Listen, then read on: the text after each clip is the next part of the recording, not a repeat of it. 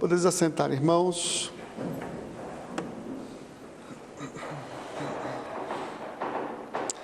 Irmãos, vamos ler a palavra do Senhor em Marcos 9. Marcos 9, do 33 ao 37.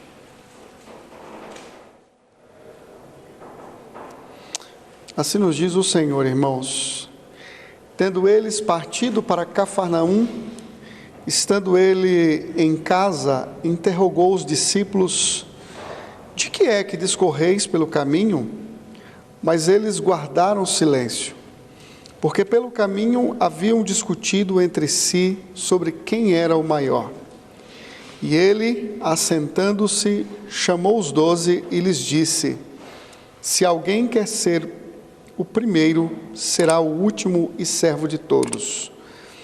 Trazendo uma criança, colocou-a no meio deles, e tendo-a nos braços, tomando-a nos braços, disse-lhe: qualquer que receber uma criança tal como esta, em meu nome, a mim me recebe, e qualquer que a mim me receber, não recebe a mim, mas ao que me enviou. Meus irmãos, aqui nesta passagem, o Senhor Jesus Cristo está demonstrando o que de fato significa ser grande. E é muito interessante a leitura desta parte das Escrituras, porque num primeiro momento, quando Jesus Cristo ele fala da sua morte e da sua ressurreição, o que ocupa o coração dos discípulos é exatamente a tristeza, por não compreenderem a necessidade da morte e da ressurreição de Cristo. Mas, neste momento, logo após o Senhor Jesus Cristo falar novamente da sua morte, a preocupação que ocupa o coração dos discípulos é outra totalmente. No versículo 31, do capítulo 9, o texto diz: porque ensinava os seus discípulos, lhes dizia: o Filho do Homem será entregue nas mãos dos homens, e o matarão, mas 3 dias depois da sua morte, ressuscitará. A sequência é exatamente agora os discípulos questionando uns aos outros quem deveria ser o maior entre eles. No primeiro momento, tristeza. No segundo momento, agora o que ocupa é um debate entre eles, quem deveria ser o primeiro. Aqui é possível que... Aqui nós podemos fazer uma junção das passagens, porque Mateus fala que no caminho eles discutiam entre si, e o texto aqui fala que é o próprio Jesus Cristo, então, quem se dirige, quem pergunta para os discípulos. Isso porque o próprio Cristo já havia percebido o debate e a discussão entre eles no caminho para Cafarnaum, e agora, quando eles estão em casa, Jesus, percebendo o que estava no coração deles, faz então a pergunta, o que eles discutiam. O texto fala que eles ficaram em silêncio, certamente constrangidos, porque eles perceberam que estavam errados. E então Jesus, neste momento, demonstra e ensina aos seus discípulos a verdadeira natureza do discipulado cristão. As perguntas são importantes, na verdade, as perguntas são fundamentais para a sondagem do coração.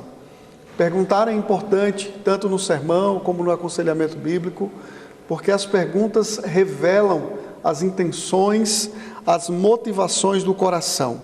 E a pergunta de Cristo certamente sondou e revelou o que de fato estava no coração dos seus discípulos. Meus irmãos, aquilo que ocupar em demasia, aquilo que mais ocupa as nossas conversas e os nossos diálogos, certamente revelarão o que adoramos, o que cultuamos, o que celebramos. As nossas conversas e aquilo que nos dá mais prazer, aquilo que mais almejamos nos nossos bate-papos, demonstrarão o que desejamos, o que queremos e o que adoramos, ou melhor, revelará o ídolo do nosso coração, né? A conversa dos discípulos demonstrava exatamente o que eles adoravam e o que eles almejavam: primazia, as primeiras cadeiras, o primeiro lugar.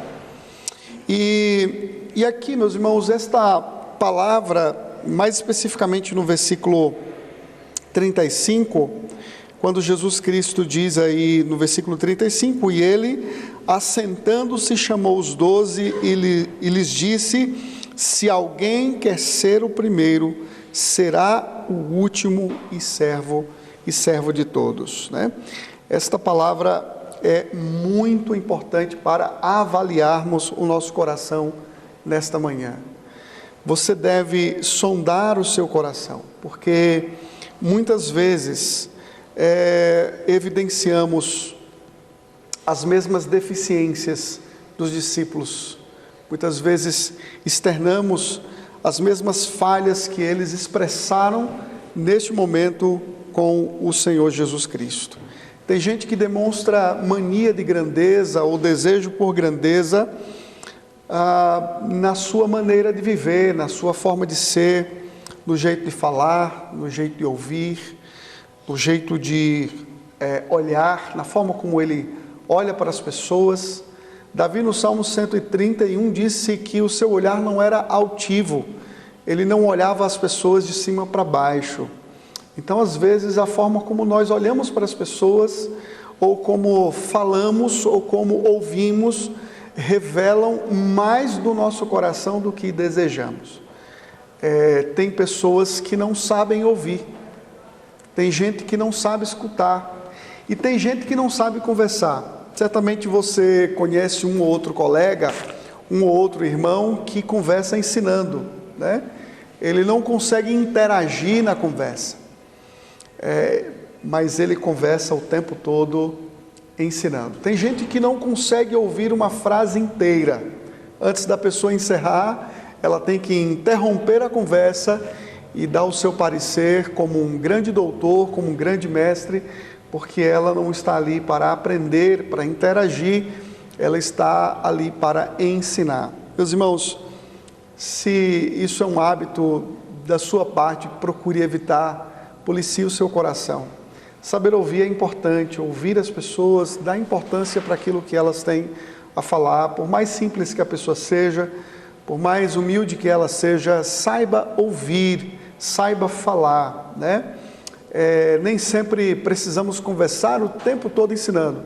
Mas eu sou seminarista, eu serei pastor e a minha função será ensinar. Nem sempre.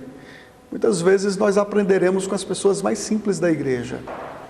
Mais simples. Eu me lembro das minhas férias quando retornava para casa e eu aprendia com as pessoas mais simples da igreja.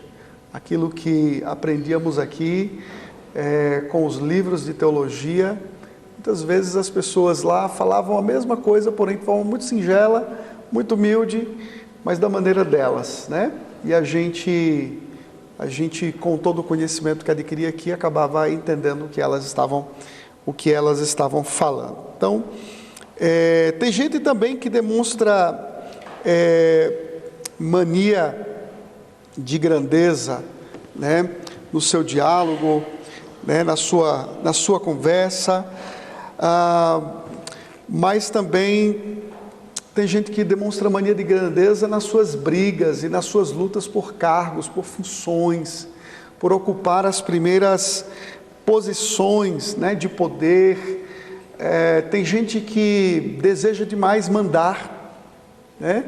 Tem gente que deseja ocupar as melhores funções porque ela acha que ela tem que estar lá, ela precisa estar lá, porque ela tem muito a contribuir e então ela precisa ocupar essas primeiras cadeiras. Veja que não existe nenhum problema você ocupar, não existe nenhum problema de você ser presidente de alguma instituição, de alguma sociedade, do presbitério, de algum concílio, não tem nenhum problema nisso.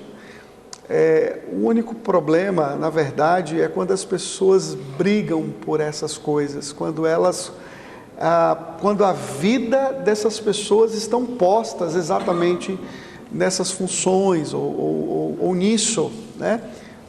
Na sede do poder, na sede para ter a última palavra. Esse é o problema, meus irmãos. E não se enganem, no ministério pastoral vocês serão muito tentados a desejar essas coisas. Presidência de presbitério, presidência de sínodo, né, e de tantas outras áreas em que vocês ocuparão. Deixa essas coisas chegarem até vocês. Jesus não está condenando isso. O que Jesus está condenando é quando colocamos o nosso coração, quando isso se torna um ídolo, quando isso se torna um fim em si mesmo, né? Eu já falei isso para vocês e reitero aqui as palavras sábias de um presbítero: você não precisa correr atrás do sucesso, deixa que o sucesso venha até você, né? Faça o seu trabalho, seja humilde, seja um servo. Pastor é servo. Pastor não foi chamado para ser servido, pastor foi chamado para servir, a semelhança do seu Senhor Jesus Cristo. Uma senhora me contou a sua experiência há pouco tempo, e eu achei muito interessante, porque ela disse que, certa feita numa programação da SAF, ela levou alguns objetos, e aqui eu não me lembro precisamente o que era, mas ela levou algo para a igreja, e a sua idade não permitia retirar isso do carro, né, por conta da idade, por conta do peso do objeto. E na porta da igreja estava um presbítero, e ela, muito gentil, olhou para o presbítero e falou: fulano tal, você poderia me ajudar a retirar essas coisas aqui do carro, para que a gente pudesse organizar a programação tal? O presbítero olhou para ela e falou assim: minha irmã, eu não posso ajudar você, eu não sou diácono, eu sou presbítero. Eu não sou diácono, eu sou presbítero. Isso é uma inversão. Todos nós somos diáconos, assim como o nosso Senhor foi, né? Assim como o nosso Senhor foi, todos exercemos a diaconia, todos temos que servir, pois fomos chamados para isso. O Senhor disse que Ele não veio para ser servido, mas Ele veio para servir. Por isso o Senhor coloca uma criança no seu colo, e senta ali com seus discípulos e tem a oportunidade de ilustrar isso quando diz: qualquer que receber uma criança tal como esta em meu nome, a mim me recebe. A qualquer que a mim me receber, não recebe a mim, mas ao que me enviou. Qualquer um que receber, que tratar uma pessoa tal como esta criança, de forma gentil, de forma amorosa, com toda a prontidão e disposição para servir, esse está recebendo no meu nome, esse está fazendo ao Pai, né? Então esta é a palavra do Senhor Jesus Cristo. Devemos não só ter a dependência de uma criança e vivermos para o Senhor como uma criança, sem nenhum mérito, sem nenhuma força própria, mas tudo vindo dele. Da mesma maneira também devemos tratar os outros necessitados com amor, com carinho, com compaixão, com coração pronto a servir. Eu pergunto a você: você é um servo? Você é um servo? Você pretende ser pastor para servir ou para ser servido? Você hoje tem servido a sua esposa? Tem sido um servo dela? Ou você é aquele turrão, aquele homem que deseja sempre o primeiro lugar no debate, na discussão, e por vezes ver a relação desgastada por conta do orgulho, por conta da arrogância, da vaidade? Pergunto: você é um servo com sua mulher? Você é um servo com sua esposa? Você é um servo com seus irmãos aqui no seminário? Tem seminarista que não se dá ao luxo de dar um bom dia, de falar um oi, de tratar o outro com respeito, com dignidade. Irmãos, tomemos cuidado com isso. Sejamos servos gentis, servos uns dos outros, né? Começando pela maneira como nos tratamos, como nos relacionamos, né? Então, nos mínimos detalhes da nossa vida e da nossa relação, sirvamos uns aos outros, pois todos somos diáconos em Jesus Cristo, assim como Ele foi. Que Deus nos ajude, meus irmãos, que o Senhor nos ajude a sondarmos o nosso coração e a agirmos como o nosso Senhor e Salvador, Jesus Cristo.